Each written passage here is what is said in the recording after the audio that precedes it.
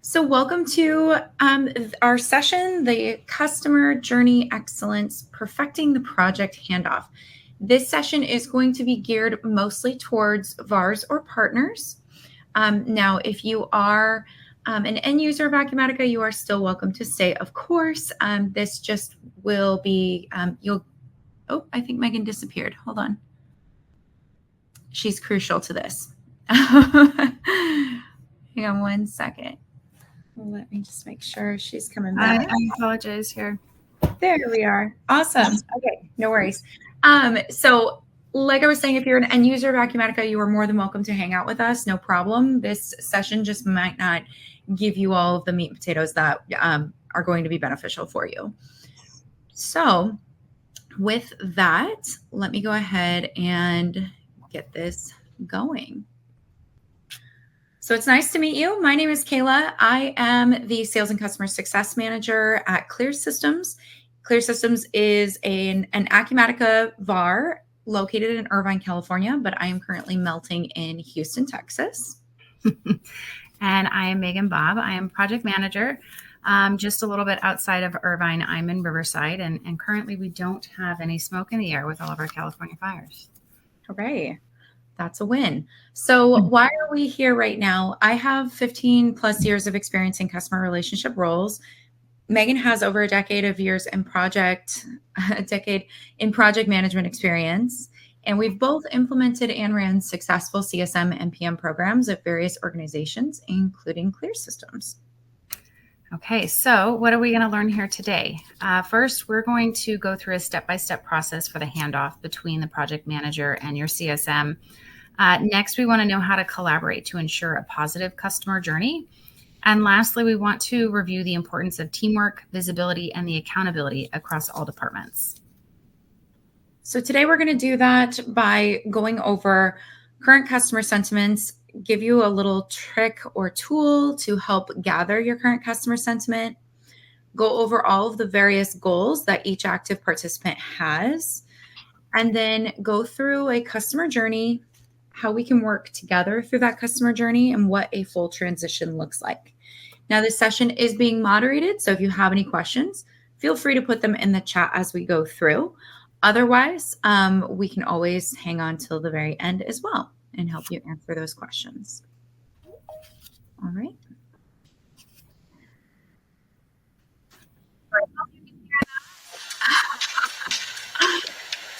So in the implementation process, customers are either going to be happy or not.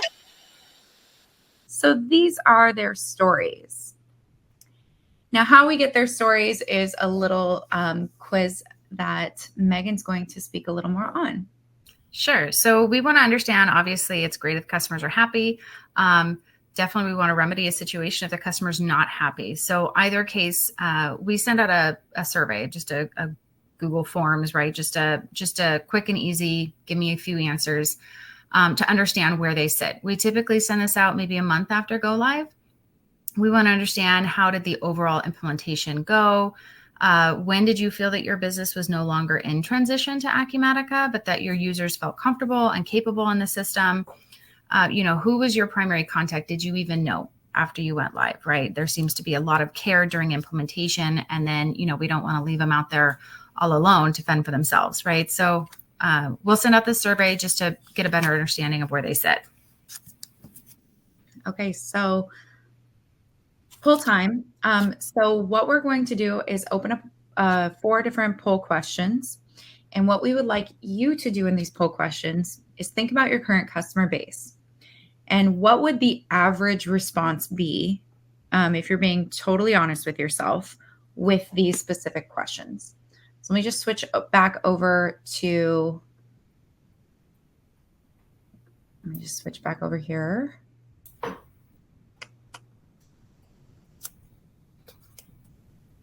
It's just easier to do this. There we go. And we're going to get these questions published.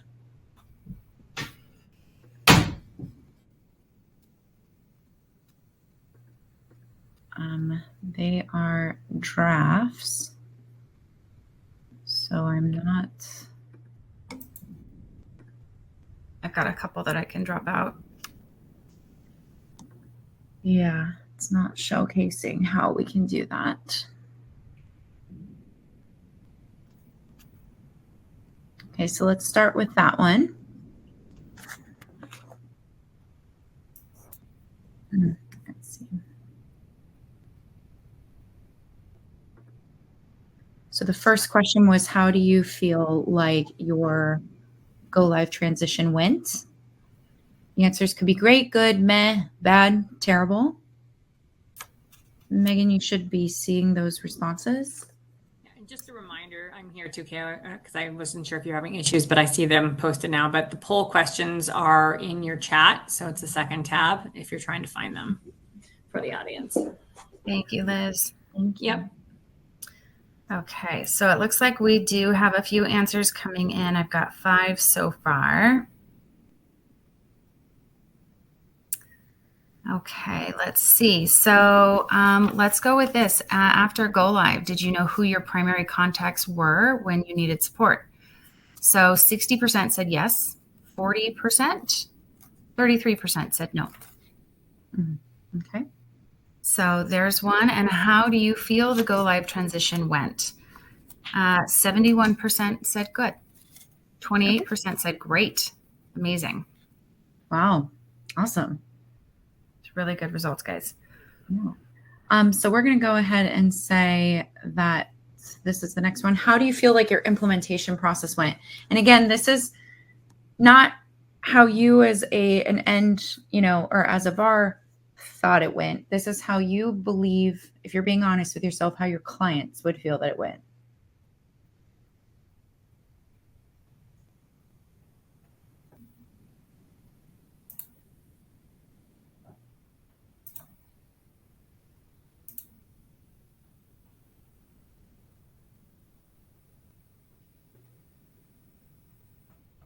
Okay, and then we're also going to go ahead and publish this last question here.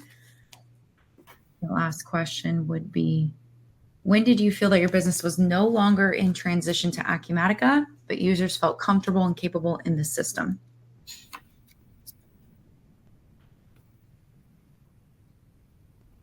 Loving the honesty here with how you feel your implementation process went.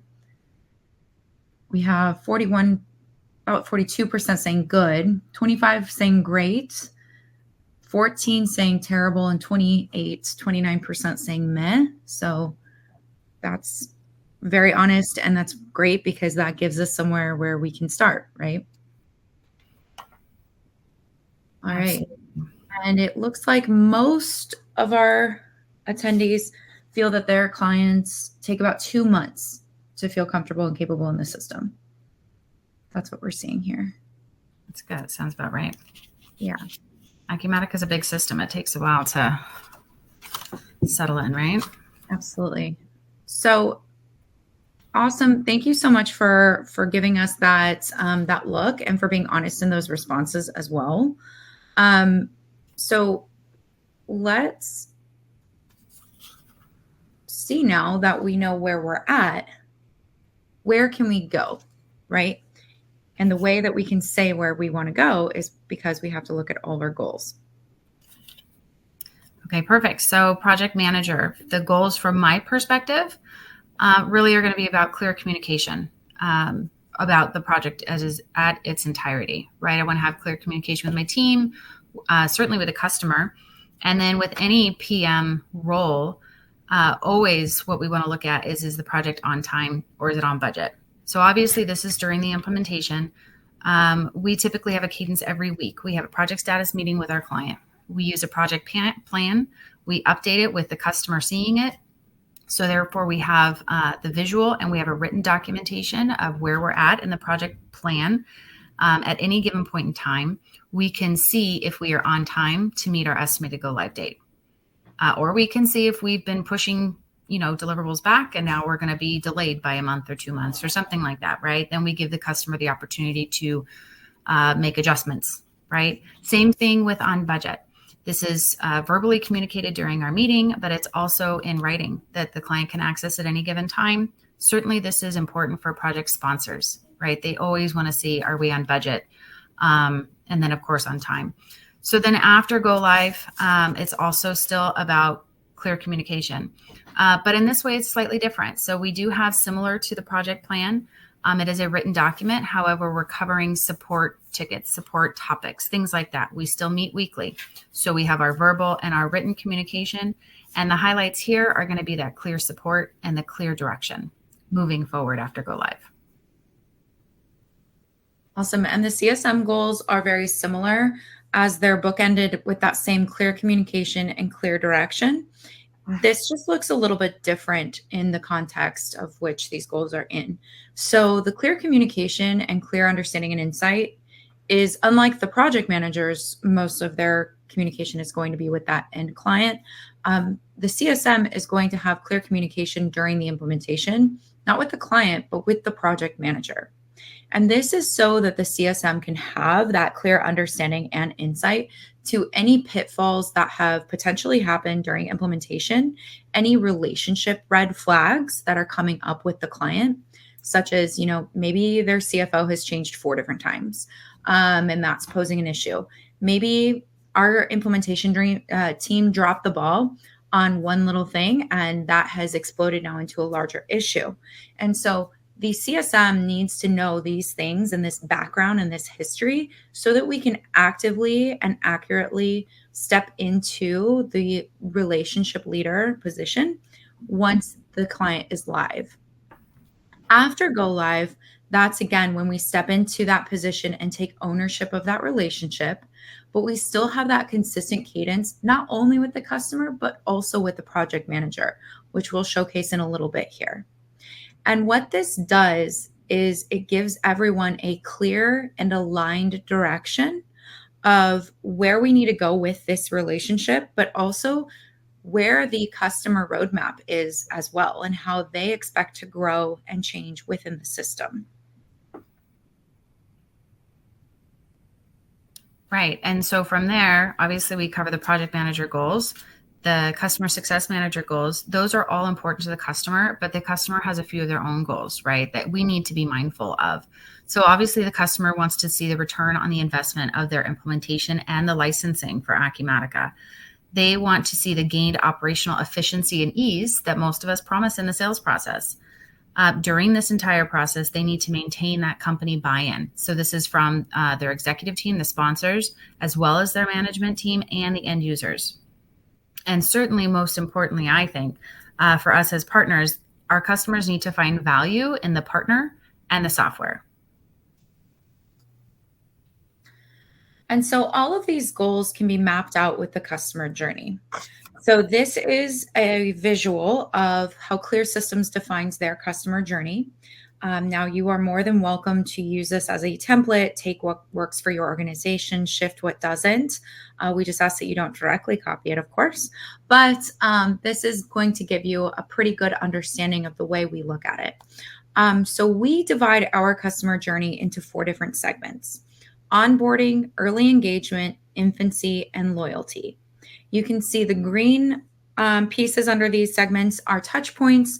The yellow is the expected customer action. The blue is the expected business action. And the gray is our target emotions or thoughts that the customer should have during and throughout at the end of this stage. So onboarding is going to be owned by the PM. And then same with early engagement. And then infancy and loyalty are going to be owned by the CSM. Now, onboarding is any time throughout the onboarding of the customer through their implementation. Early engagement is this go live and this period right after go live. And then infancy is that first 12 months. Loyalty comes typically first 12 months. It could be a little bit later. It could be a little bit earlier, but usually it's about 12 months is a sweet spot. And then loyalty comes after their infancy stage has ended, when the customer is pretty self-sufficient on the system, and maybe they're just calling in for support here and there, or we're doing one-off initiatives or improvements as they grow. So the issue here that you can see is that we cannot just divide the 4 parts of the customer journey to where Meagan, our project manager, is completely doing the onboarding and early engagement, and then I'm doing the infancy and loyalty, because the customer is experiencing this entire thing. And so we really do have to come together and work this out. So how do we do that on a functional level? Here's a closer look at that. On a functional level, within the onboarding, again, the PM is owning this stage. The PM is going to send the welcome email. They're going to own the implementation. The PM and CSM, however, are going to work together to provide a welcome gift, making sure that the customer feels that their business was appreciated, and the project team intros. And the CSM will be introduced throughout that period as well. But it will be made very clear that the primary point of contact is still the project manager. Throughout the early engagement, the CSM gets a little more involved with that go live review. There are a little more boots on the ground in terms of a cadence with the project manager, knowing how their go live is going, if there are any issues, what are the next phases on their roadmap. And then again, the PM and the CSM are both doing a go live gift and the CSM intro. Right. And at the end of that early engagement, right, we've got that go live gift. The customer's gone through such a huge, monumentous milestone here.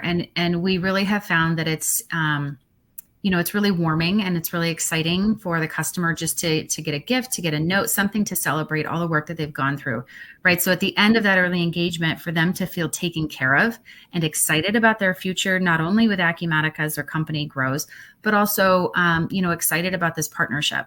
Right. And so that really is what we're looking for. So going after that early engagement, right, around that go live time, we're going to go into this infancy stage. And this is, as referenced before, about a 12-month process. So here, between your PM and your CSM, these are going to be monthly, quarterly check-ins, just to get a pulse on the client, what's been happening during this time. The customer is going to be learning and growing within acumatica. Kind of getting comfortable in acumatica and its space. And during this time, the PM and the CSM are still going to be working together. The CSM throughout all of the infancy stage is going to be the primary point of contact, but bringing the PM along just so that the customer, is feeling comfortable, just so, the ears in the conversation, making sure everything is going well. During this time, we will have those business actions with the client. That's going to be those monthly check-ins and more formal quarterly reviews. Again, those are going to be led by the CSM. The ideal emotion here being felt by the customer is that confidence in their decision with acumatica. Again, the confidence in the decision with their partner. And moving then into loyalty, we've got the CSM owning the quarterly and annual reviews, those internal sessions. Right here, we're going to see those customers hopefully giving us references. Really, they're going to be leading their excitement with acumatica. We're really going to know our customer at this point, having those frequent conversations with them, to be on that pulse with them and what their business is going through, how maybe the economy is changing or growing something, or maybe they have a new point of sale that they want to implement. Maybe there's a new sales structure they want to go forward with, right? acumatica is an amazing software that comes out with new releases, obviously twice a year, but they grow in their functionality, right? They really listen to their customers. And so with that same mindset, we should be listening to our customers to understand how can we grow with them? How can acumatica grow with them? Just to continue that cycle. And then, of course, leaving them with that very satisfied and supported feeling. Absolutely. Thank you, Meagan. So how do we do this? The answer is together. So this is a deeper dive into basically the leadership and who is in charge throughout these different phases, because that is going to be your key. So the key here is understanding who the primary contact is, who's taking the accountability for that phase or for that stage of the customer journey, and then discussing that that clear and constant communication that we have. So here we have that the project manager is the person in charge during the onboarding and early engagement. So for those first two phases. So that means that for those first two phases, the client should be directed to the PM for all communication. Now, also, though, the project manager and the customer success manager should have regular cadence calls. Ours are once a week, to discuss escalated issues. And this is also going back and forth with any new initiatives as well. So that's what those cadence calls are also helping with. The third point here, customer success manager will take on deliverables and be the person in charge during the infancy stage. And that's where that learning and growing is taking place in that first year. Absolutely. So then here on the fourth point, the PM is going to be, I don't want to say dragged along, but the PM is going to be included, right? The PM has a lot of that relationship from implementation, because we all know that implementation takes a good amount of time. So the CSM is going to be that person in charge, that primary point of contact, but we want to keep the project manager along just to secure the relationship, make the customer feel those warm and fuzzies. Both PM and CSM are going to be working together to help that customer redirect to the primary points of contact correctly, right? So maybe we have a customer and they say, well, I've talked to you for the last year and a half and you're my go-to person. You know, maybe just reply to that email or pick up that phone call. Let's get Kayla on the line too, because I think she knows more about this topic, right? Just to help them transition into that. And then for this sixth point, we want to just be mindful of the fact that maybe Kayla owns this relationship now because it's in the CSM side of this life cycle. However, we want to be mindful that maybe it needs to get dropped back into the project management, right? Typically, we see this in two different examples. One, if there's an additional phase of the project, right? So sometimes we'll go through implementation. They say, okay, well, I want to put that to phase 2 or a phase 3 item. Well, when the customer is ready to get to that phase 2 or phase 3, that's when it should come back to the project manager. The project manager has the tools and the resources, the skills to build that back up into a project. And therefore, it would transition back to the PM. A similar case might happen if a customer needs hypercare, right? So maybe this customer is not sharing their discontentment with the software or not sharing their discontentment with the partner. Maybe their level of support is not satisfactory to them. So maybe there's kind of a list of items that say, you know, I need all of these things taken care of in order to make me happy again, kind of a deal, right? Well, that's not necessarily fair to leave that with the CSM if we've got a laundry list of things to do and it's going to be, you know, routed throughout our support team based on different expertise and different skills. That really is a mindset or a skill set that the PM owns, right? With all of their, not her, experience. So we just want to be mindful of that even though the CSM on this side of the life cycle would primarily own the contact, just be mindful that depending on the situation, it might be a fluid process. Absolutely. So now we have a little pop quiz for you. Let me see if I got this correct. We got this going. All right. So at what point should a customer fully transition to their CSM? So you should be seeing that poll come alive now.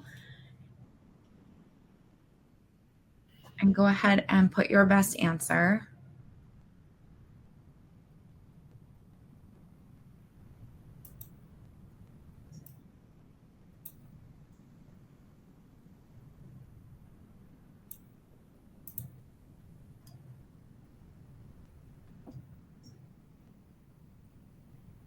Okay, I see quite a few coming in. And it looks like I'm not able to see it, which I'm not sure why, but if you want to. Sure, I can go ahead. Let's see. First of all, thank you everybody for your patience. I promise we practiced this. It just all, you know, unravels right before. Just give it a few minutes. Okay, so at what point should a customer fully transition to their CSM? I've got a few votes in here. Wow, everybody looks like 83% says loyalty phase. Okay. Ooh, 87.5%. All right. Well, I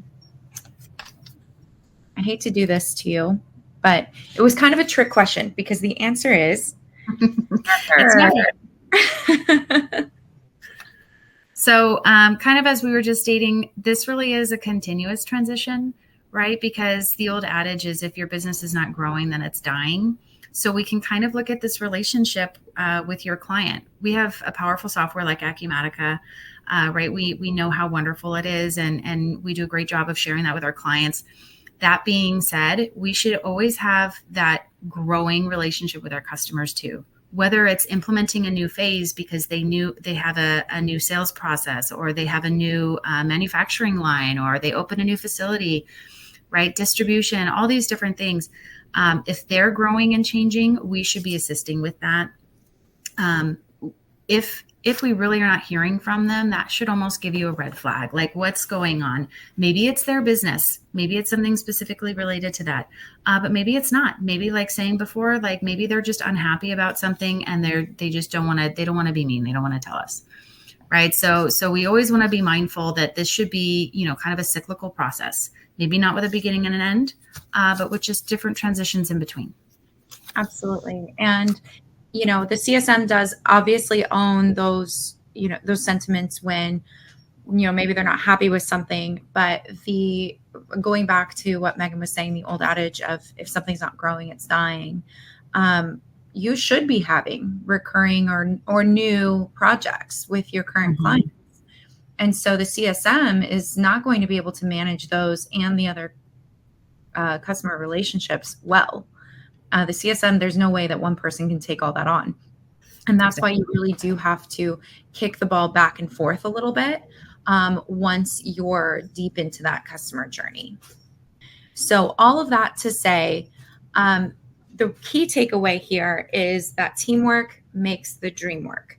The PM and the CSM really have to be best friends in this whole process, and have that clear communication and clear direction. So that way that clear communication can be translated then to the customer, and that clear direction is also aligned with that customer roadmap and the customer journey. There we go. Thank you. So with that, thank you again, everyone, for not only your time, but your patience and your participation in the polls. You guys were a big part of this presentation, and we appreciate that. So if you have any questions you are holding back or just want to chat and pick our brains, please let us know. Thank you so much, and enjoy the rest of the session tomorrow. Absolutely.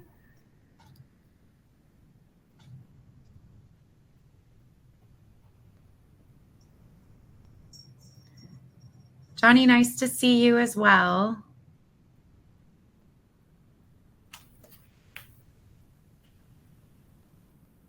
And thank you, Liz, for all your help in getting those technical difficulties sorted at the beginning here. We really appreciate that. Yes. Yeah, I'm sure you noticed all the panic, right?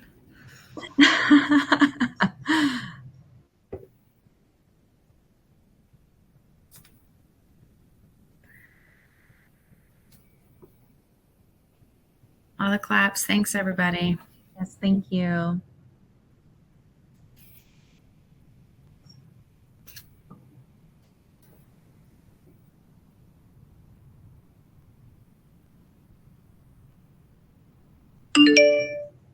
All right, it looks like we don't have any other questions coming through. So with that, we'll give you 7 minutes back in your day. Thank you all so much, and make sure that you come back to the acuCONNECT conference tomorrow at 8 a.m. Pacific, 11 Eastern, and we'll see you around acuCONNECT. Have a good day.